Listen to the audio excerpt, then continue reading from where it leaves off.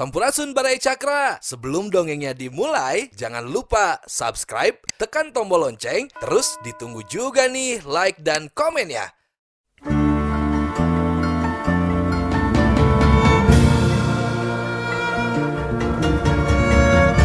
Baraya Cakra, parantos waktosna 80,5 FM Radio Cakra, midangkeun dongeng Sunda Dora-Dori.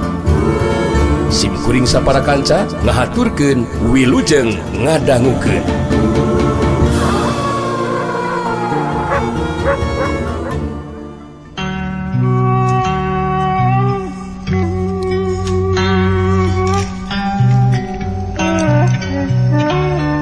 Ari Ki Jatun sanggeus Ki Obing ngaleos satageus teu katingali deui. Terus we ngawaweleh Ki Darwita. Pokona maka sida teu panujuna mireungeuh kalakuan muridna kitu teh.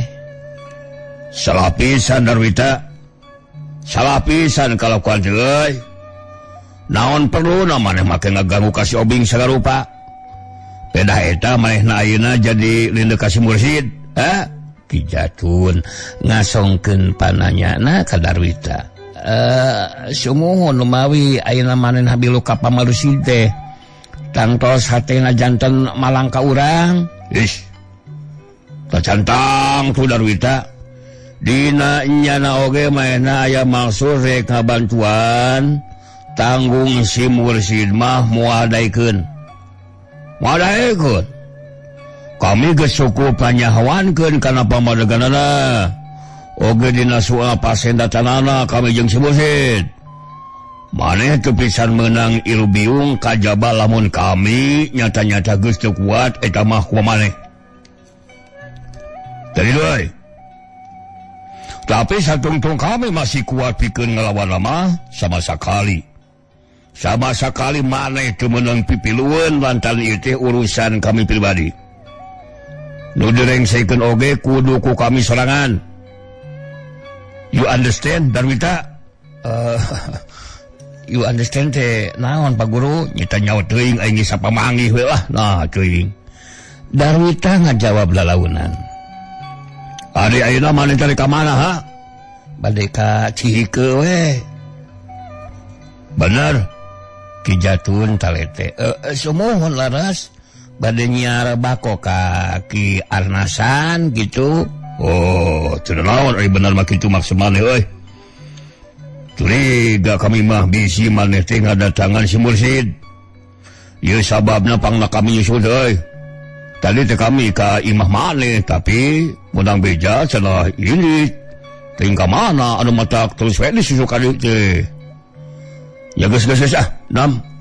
Ari dekat Cikiheu mah euy. Urang barang we jeung kami kabeneran kami oge geus buka bako euy lah. Geus kitu mah bring ieu murid jeung guru teh ari niti dinya. Sajajalan taya anu lemek. Keur mah Ki Jatun ngan ngabeuteum we teu wani cumarita. Ari Darwita mah geus puguh deui tarawanyeun miheulaan ngajakan ngobrol katurug-turug masih keneh ngarasa era we kudu jadi guruna lantaran ku kajadian tadi teh ya jeung Ki Obing. Era ku 2 ku 3 kanyahoan pisan maehna geus kungsi diragrageun padahal mun dipikir mah tingkat pangabisana Ki Obing teh aya di sahandapeunaana. Hal ieu teh pikeun manehanana mah teu kudu matak ngajadikeun kapanasaran oge. Baraya Cakra ayeuna urang catureukeun jaja ieu jaja anu boga maksud rek neangan surya teh. Isuk-isuk pisan manehna geus mudun ka Cicapar kalawan dibaturan ku pamajid. Talina mah rek nyorangan ngan dipikir deui bisi kalangsu lantaran kakara pisah nincak Garut nya manehna minta diantar ka Ganjar. Ari Ganjar nya sasat-sarua we jeung jaja pada balilu antuk nama pamajid mutuskeun yen rek diantar ku manehanana. Arinitna teu pisan sumpang-simpang deui. Terus we ngageradig muruka gadog. Kabeneranna teh nu sejak keur aya puguh tara ka mamana ngan pasuta keur teu nyampak pasuta teh. Cacakan mun aya di imah mah ulah-ulah Rusiah karena boh Rusiah Surya teh pasti bakal tereh-tereh kabuka. Pasti pamajid bakal ngadongengkeun wijana anu leungit diculik ku Bah Jagur teh. Ari pasuta teh sanajan bener ka Bah Jagur teh teu nyahoeun ngaranna, tapi manehna mun ngadenge dongengna pamajid kitu moal sangsi deui yen budak anu pahili jeung anakna teh nyaeta nu ayeuna ngaran Karna. Sasat diaku anak manehanana pasti eta teh anakna Gumilar anu ngaranna Wijana. Ari Surya anu disebut-sebut anakna Bah Jagur moal salah deui tangtu anakna pribadi. Karena asli anu baheula pahili lantaran aya anu nyulik teh. Dasar teh we atuh kudu lila kabukana. Hayo di harita teh pasuta keur kadayeuh rek balanya kaperluan dapur jeung alat-alat kaperluan pakasabanana. Taksiran rek meuli bola pikeun ngayuman heurapna. Benang gitu barat sakranya baheula mah bola. Ngan hanya kadatangna teh leueur teuing lantaran kapan Surya jeung Ipah teh gesing balecet malabura ti gadog duka terus balik ka ujung kulon duka ka mana. Ngan anu tetela Surya teh geus teu tembong kalangangna acan. Alah panjakal atuh Jangkarna leueur teuing atuh teh ka dieuna nya. Pamajid ngahulang barang manehna menang jawaban ti Karna yen Surya teh geus init deui ka gadog. Punten nu aya perkawis naon kitu Aki? Karna ngarasa penasaran hayang nyaho bakuna mah ngarasa curiga bisi nu aya patula patilina jeung Sari. Kapan Surya teh sakitu mika hayangna? Aya urusan anu penting oge Jangkarna. Pang nama sadang bapana gitu. Saya taos nama urusan kapungkur ieu teh. Ari bapana Surya teh mumusuhan salangpun anaknya eta Abahna Sari. Pangnayeuna manehna ka dieu teh tangtos aya maksadna. Maksadna anu mandiri, anu aya patula patilna salangpun anak. Pamajid dina mere jawabanna teh loba anu dikilungan komo perkara diculikna Wijana mah jadi sabit-sabit. Teuing naon anu jadi sabab pangna pamajid teu waniun terus terang ngabejaan anu sabenerna. Pedah eta kitu sasat ngobrolna jeung budak ngora anu pandangna kurang pantes mun seuk dibawa ngadongeng hiji Rusia. Dan cacakan mun harita yang harapan pasuta moal kitu pi jawabeunana pamajid teh. Anu karasana bakal leuwih antep ari ngobrol jeung papada kolot deui mah. Upami kapungkur mah Pak basa ngawitan papendak di bageuni teh ditaroskeunana karena ngasongkeun pananyana. Ayeuna mah hatena ngarasa longsong. Geuning nyata nama Surya teh musuhna bapana Sari. Anu pasti sanajan Sari ngalayanan oge moal dibikeun ku bapana. Kapungkur mah ki oge cacan terang, Jang. Ieu mah bener we aya nu ngawartosan nyaeta Jang Jaja, pamajid bari ngaret ka Jaja. Oh, sumuhun. Dupi ieu teh saha teh kitu Aki? Geuning kapungkur mah bakal ningali anu marak teh henteu ngiringnya karena geus mimiti ngarasa curiga deui bahwa ieu Jajaka teh pisalakieun Sari. Oh yo ge sarwain cuaki kene ja ngan padumukanana tebih caket lemurna surya masih kene bawahan ujung kulon.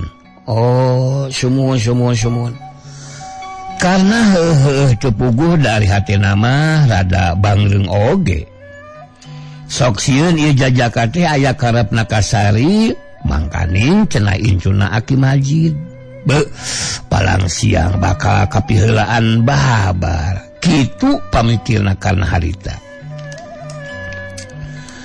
Ari Pamajid sanggeus karuhan nu dipaluruh teh geus teu kasampak nyemahna jadi ngarasa teu betah terus we pamitan rek balik di ka Cicapar. Ari kana mah puguh masih keneh ngarasa betah di anjangan teh bakuna mah panasaran ku ieu jajaka hayang nyaho jujutanana. Nah bener pisarakeun sari atawa lain. Tapi kapanasaran teh ngan ukur disidem dina jero hate.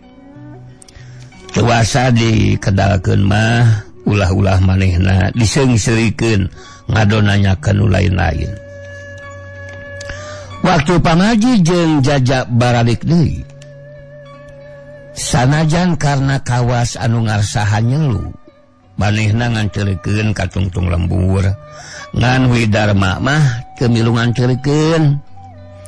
Ti tadi oge ngadon uplek we ngadarongeng jeung Mirah Katut Umi di pipir imah. Sedengkeun Maeroh tah numpi we dinggona. Keur mata lilis deui. Tadi oge kaluarna teh ngan sakadar ngasongkeun cai keur semah. Geus kitu mah lep bae deui teu ngalol-ngalol. Nepi ka semah babalik oge teu nembongan lantaran terus ngagoler. Dina datangna di ka Cicapar geus beurit naker. Keur mah ngahaja henteu tutumpakan. Kahayangna jaja supaya terus badarat turug-turug lalempangna sahayuna naker. Ongkoh jaja mah bari nitenan pamandangan anu kaliwatan anu pikeun mehna mah sasat takaran nincak daerah Garut teh. Teu kira-kira ngarasa katajina mireungeuh tempat-tempat anu matak pikawa non pikawaseun pasawahan ngampar kakara menang nanuran caina curcor cing borewa katojoku sinar paron poe gunung-gunung parantur ngalumuk pawa katembong gelor hawana karasa matak nyegerkeun kana badan. Komo sanggeus ngarasa hiliwirna angin gunung nebakan awakna anu keur kakesangan mani palera we teu beda we ti nu dihidan mun teu era masok hayang ngagoler we sisi jalan handapeun tangkal anu ngarugunung. Dina kasebetan ngobrol peutingna pokoe jajak nerangkeun maksudna yen pageto mah rek miang muru ka lemurna. Dageus pati Surya teh tangtu balik heula ka ujung kulon bebeja ka bapana yen maksudna teh teu bisa dilaksanakeun.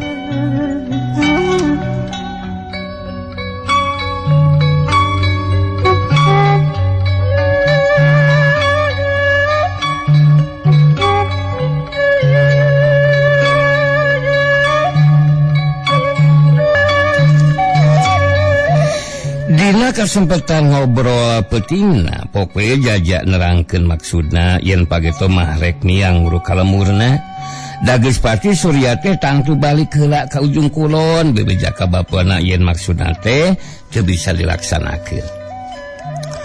Gumilar ngidinan tapi bari diimplik-implikan saenyana mah masih keneh sono. Tapi lantaran hal ieu teh kacida penting napikeun buru-buru manggihan katerangan tina hal ayana wijana. Sanajan hate kacida beratna. Lantaran tacan wareg di anjangan kapaksa we manehna ngidinan. muga-muga wae cenah di jalana ulah pinangih jeung halangan harungan. Atuh maksudna rek maluluh hijana muga-muga we sing pinangih jeung hasil. Mun sakabirlungan jeung milikna wijana bisa kapangih deui teh geus bisa dicaturkeun deui kumaha kapungah sarta katumarimanana ka jaja. Paribasa moal katepi ku tulis moal kaduga ku carita dina ngagambarkeun katumarimaan hatena.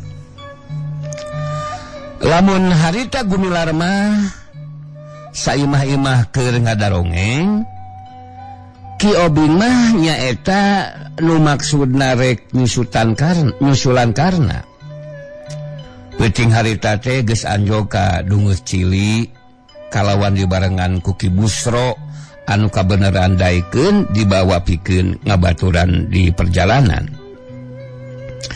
Datangna ka Dungus Cili teh make jalan Bojong Salam.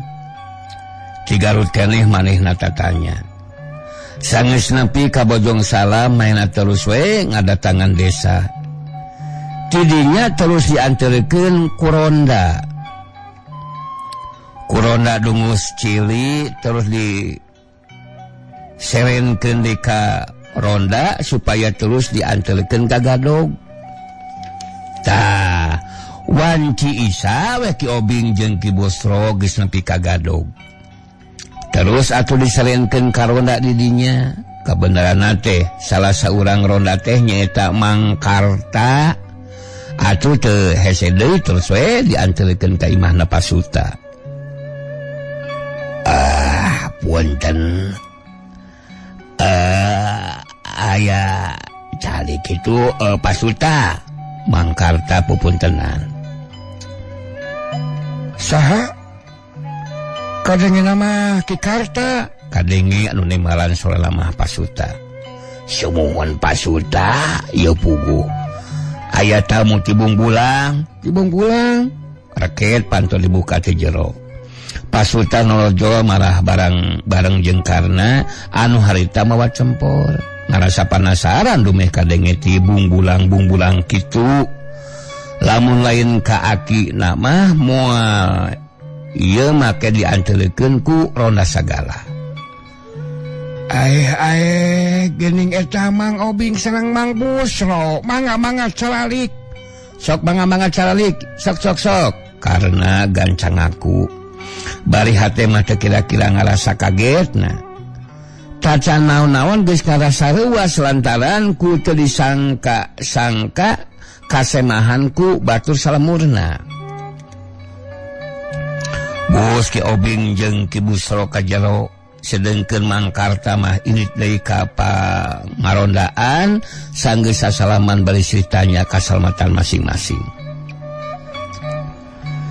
Teu ngadaguan heula ditanya pamaksudan paralaku Ki Obing ngadongengkeun maksudna pangpangna mah manehna jauh-jauh di Jugjug ti Bungbulang Garut gemet imut ditetek dibejer beaskeun. Buras badagna mah ngabejakeun yen ayeuna Ki Mursid keur gering.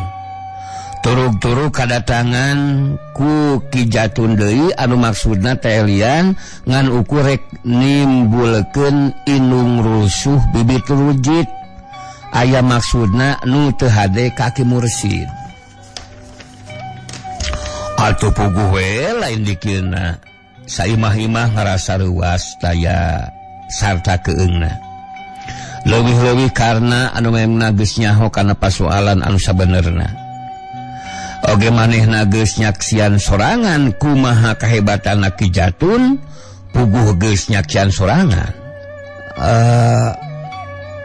Repot oge teu damangna pun aki teh Mang Obing karna riuk beungeutna ngagamarkeun anu kacida hariwangna. Alah repot mah teu jangkarna. Mung kasebatna anu teu damang teh atuh mah tiasa naon-naon. Ki Obing haret ka Widarma anu harita diukna teu jauh ti Karna. Enjing mah urang wangsul we atuna. Widarma bari ngaret ka Karna. nyapuguh we hariwang karena tekebat nyalitana ngaret ka bapana kawas anu menta kasauriuan. Pasuta kalah ngahulang pasuta teh. Lain dengar ti kana reretna nu jadi anak ngan manehna teh kacida bingungna. Sanajan sacara hawar-hawar maehna geus nyahueun saha ari Kijatun teh. Karena pasoalan anu jadi bapana mehna oge geus nyahueun deui kungsi manehna ngadenge ti ilungna. Memang pasendatan jeung Kijatun teh lain anyar-anyar. Anu nepi ka ayeuna teh tacan bisa ngarengsekeun lantaran Kijatun teh keukeuh hayang males ka nyeri alatan bebenena baheula zaman keur pada padang ora. Aripangna dipake bingung ku inditna engke karena kabung bulang sat-sat nyogrogen maneh kanu jadi musuh. Sahanteuna we karena bakal kahudang nafsuna pikeun bebela kanu jadi aki. Leheung lamun teu ngaranapan cilaka. Kumaha lamun nepi ka hanteuna mangka-mangka Kijatun teh lain lawan lalaborakeun manehna sorangan ngarasa teu sanggup pikeun ngalawan. Anjing mah abdi bade wangsul we bah karena ngebrehkeun maksudna lancan pasuta kalaka ngahulang. Nyaheug wae ngan omat we sabisa-bisa kudu bisa nahan hate.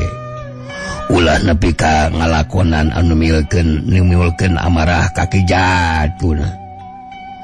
Geus puguh pasendatan jeung aki hideup teu bisa direngsekeun. Atuh ulah terus ngarembet kanak incu we. Ya lain saber abah dengan eta we anu geus kalakon oge geuning sakitu hese na dibeberes. Da kahayang abah mah saeutik oge taya paedahna lilibutan jeung sasama teh jang. Loba musuh mata kripu. Raya pelawan mata kue susah. Rek ruming kang oge rumegag dasieun aya anu ngadodoho ngabongohan. Anu antukna hirupnya jadi sereg dipanto logor dina liang jarum. Sare oge mah adaikeun cibra balas ngarenja jeung gegebegan teh jang. Salos abdi sami teu gaduh maksad hade teu maksad bade ngaluguan kanu teu leres. Munggu pami ningal-ningal teuing mah aki aya anu ngahina kawuwuh nuju teu damang bet asa deui ari kedahang antep mah kitu bah karena ngajawab pinuh ku kapastian.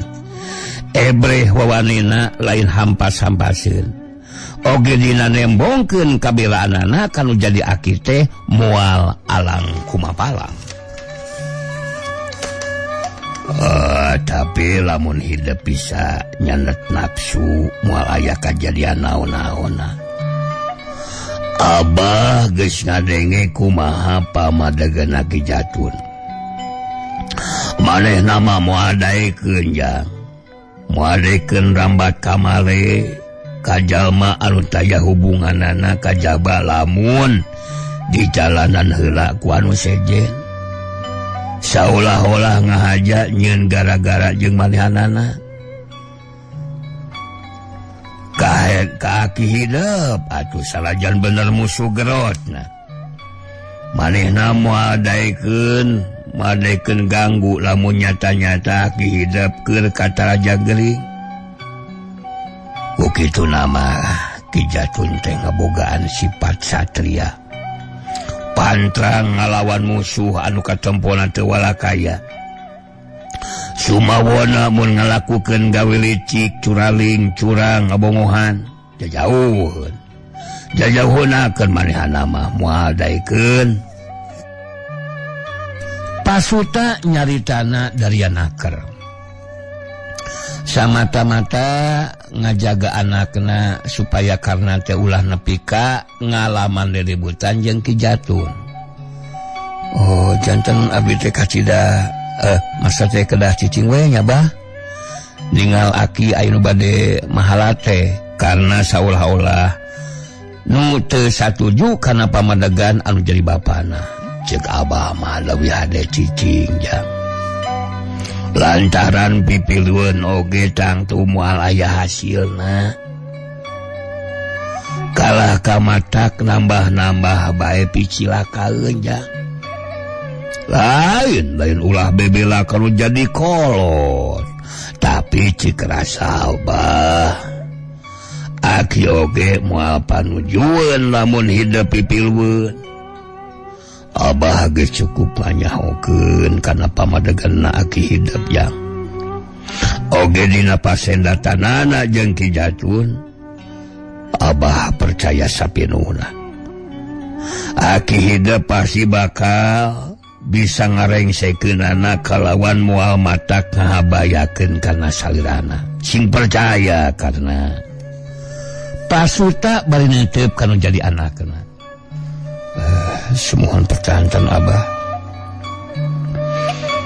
Mun perkawis Abah nyabit-nyabit Ki Jatun anu nyebatkeun yen Ki Jatun jalmi anu ngabogaan sifat satria. Sang Mang Abdi mah teukeun Abah. Margi abdi terang pisan tos aya sababaraha kalina aki nyuhunkeun dihapunten ka manehanana supados kalepatan aki dilubarkeun. Namun Ki Jatun kekeuh bah. Kekeuh kumaha? Muhun kekeuh we hoyong ngarengsekeun pasendatan teh kedah ku kekerasan karena ngabantah kana pamadegan anu jadi bapana. Puguh ge kangaranan jalma mah daya anu sampurna nana. Tapi sanajan kitu oge Abah mah teu waleh muji ka Ki Jatun teh. Dina perungna ngayunan musuh tara ieu ngabongohan. Oge nu dimaksud keur aya halangan mahna mah tara wani maksa mirusa iraha bae parengna. Halusna teh manehna mah tara ngabarerang kanu sejen ari teu di jalanan mah. Pasuta keukeuh ngukuhan pamanggihna. Santen kedah kumaha atuh abdi teh. Kedah kumaha bah. Janten bingung kabina oge karena akhirna mah ngasongkeun pananyana minta kapastian. Oh cek Abah oge hancig reka bungbulang mah. Hancig ya. Ongkoh karunya deh kan ini ngurus aki teh meureun riweuh. Batu regesan pakumaha. Nganomat ulah gana-gana wani ieun peta anu matak nimulkeun amarahna Ki Jatun. Aya bamun manehna nu ngajalanan ti heula lain deui urusanna eta mah. Eta mah kumaha karep datang tugas boga pamilih sorangan. Oma jang Darma oge deui nya jang. Sumuhun-sumuhun. Sing bisa ngajaga tur ngadalikeun nafsu amarah. Jeung dulur kudu silih elingan. Masih ingat sarta cangleud pageuh dina ati. Kaduhung mah tarati heula. Tapi sok paneuri. Pasuta akhirna mah mamatahan ka duanana. Isukna Baraya Cakra ieu. Poe keneh pisan pangeusi imah geus harudang. Norek arindit geus ngariung heula di tengah imah bari manasan beuteung. Goreng ulen jeung kulbuhui geus ngajagrag. Riuk beungeutna Mirah jeung Umi tembong nguyung samu alum rek ditinggalkeun ku nu jadi lanceukna teh. Leuwih-leuwih Umi sajabana ti nguyung rek ditinggalkeun ku karna teh oge ngarasa berat ku Widarma. Ngahiji kakara sababaraha bulan teh teu wudu make ayak tapakna. Tapak anu ngagaris dina masing-masing hatena anu moal bisa dipupus deui. Bulat beulit sumarambah kana baya hamu bisa diudar deui lantaran geus jadi tali nu meungkeut dua hate dihijikeun anu ebrehna kaluar tembus ku geremnyemna biwir jadi mangrupakeun kecap kawujudkeun janji pasini pasang Subaya pikeun hirup babarengan nyangredkeun tatali asih anu moal aya raasna. Hal ieu teh geus bisa kajudi boh ku Karna boh ku Pasuta katut ku Maeroh. Sakumaha disumput salindungkeun oge ku jenisna puguh sasat ngahiji da saimah pisan. Boh ucap atawa pamuluna sapopoe ebreh bisa dititenan. Jelasna tratin antara wawuhna Widarma jeung Umi teh lain wawuh samanea tapi estuning ka selapan ku asihna birahi anu moal bisa pukah deui. Waktu keur nyaraneut keneh bari ngadaguan Maeroh anu kurah kerih pikeun nyadiakeun bekal pikeun anu rek init. Umi mah misahkeun maneh ditepas bari mopoek hatena mah geus lain deui. Madanghalna dumeh rek papisah teh ngadak atawa dadak-dadakan pisan. Taya dangka pikeun sosonoan malah make boga rasa keheul oge ka semah teh dumeh datangna geus peuting naker. Heg datang teh isu keneh supaya manehna aya waktu gesan ngebrehkeun eusi hate. Pokona mah pikeun maheutkeun janji pasini pasang Subaya anu geus diikrarkeun. Maklum pajauh buah iraha bakal ditepungkeun deui. Karena nu harita keur milu nyaneut ngagentak ngojengkang ka hareup nyampeurkeun Umi. Geus itu gero nyalukan Widarma dadakuna mah aya perlu. Kukitu nama Surti karena teh bisi anu jadi adi ayat caritaan anu rek ditepikeun. Sakadar harewos hate minangka pangjajab kanu rek paturai tineung. Aya naon Widarma nanyakeun sanggeusna manehna aya di hareup. Iya Umi bisa aya perlu rek nyalita karena ngaranyu nahan serina. Sugan caya penting. Bunci berang mah pilaku teu ebreh beureumna beungeut Widarma. Ukurku tembong teh robahna pamola.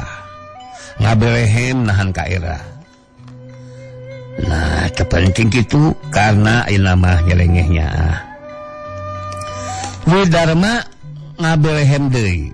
Red ka Umi anu keur sidengdang dina bangku. Sedengkeun Umi ngadilak ka lanceukna, red ka Widarma anu keur manco neuteup geugeut. Sanajan harita poe keneh tapi ebreh pamulu saurang-urangna maklum bulan surup ka subuhnakeun. Nyapek atuh sing arantengnya karena bari juut bae turun. Koreleng ka pipir anu satulusna ngageblus ka dapur nyampeurkeun indungna. Widarma jeung Umi anu ayeuna keur paduduaan sajongjongan mah pada ngabaretem. Masing-masing bareuratna keur rek ngedalkeun carita teh. Pokona mah asa aya nu ngagenok dina tikoro ngahalangan jalan amekan nepi karek nyaita oge karasana meuni hese naker. Padahal biasa mah lancar naker mun kabeneran keur ngadongeng teh. Komo Umi mah memang perbawa anu gerecek beuki ngomong beuki seuri. Tara eureun ti nyeleukeut mata kantung dengeun anu keur kabungbulengan. Umi Widarma maksakeun nyarita tapi reg deui eureun diselang heula neureuy ciduh tikoro teh karasana manis seuseut padahal bieu manehna mentas kinung Cipanas ngalologor tikoro. Sakedap di urang teh bakal papisah reg deui eureun.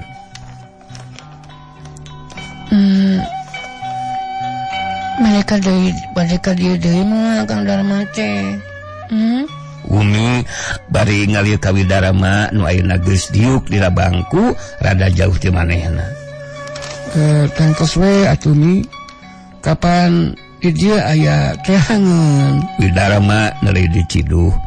Lain ngarasa seuseut ayeuna mah tapi ngarasa uruy mireungeuh bubuden anu keur manco hareupeun. Bibir ipis nambah nyari. Sorot panon anu bersih ngadilak. Sakitu keur ngaluis puguh kakara hudang sare, tapi bet leuwih-leuwih matak narikana hate. Buu kusut ngaroyong kana tarang bet kalah nambah-nambah hate, lewang ringrang lamun ninggalkeun. Ya, pilih we teras ngaben-beos akang teh. Terus pertebi mah ilahana sok tara emut. Terus lama huang hiang we kebenan tibang bara milali kembang anu sager. Kaya pangintenung paling-paling huang hiung ngebrekeun haliring silung. Kasurung ku ati anu rungsing lang-lang ling-ling jiga anu teeling. Lalambutan ku malayang tebuguh cicing meeling ka anu dikantun. Saha eta teh Kang Darma? Mun anu yeuna nuju dipayuneun. Pamageut mah sok alus catur panipuan pamageut mah. Tos teu mah buah emut ka urang lembur. Pilaku deui atuh nu. Daya panginten Kang Darma mah. Moal gaduh pamikiran nu lain-lain. Hanya satu dalam hatiku, hanya enu. Hanya enu sayang, ngan hanya kanya. Nu kudu ikhlas sementara ditinggalkeun ku akang. Abdi sono keneh Kang.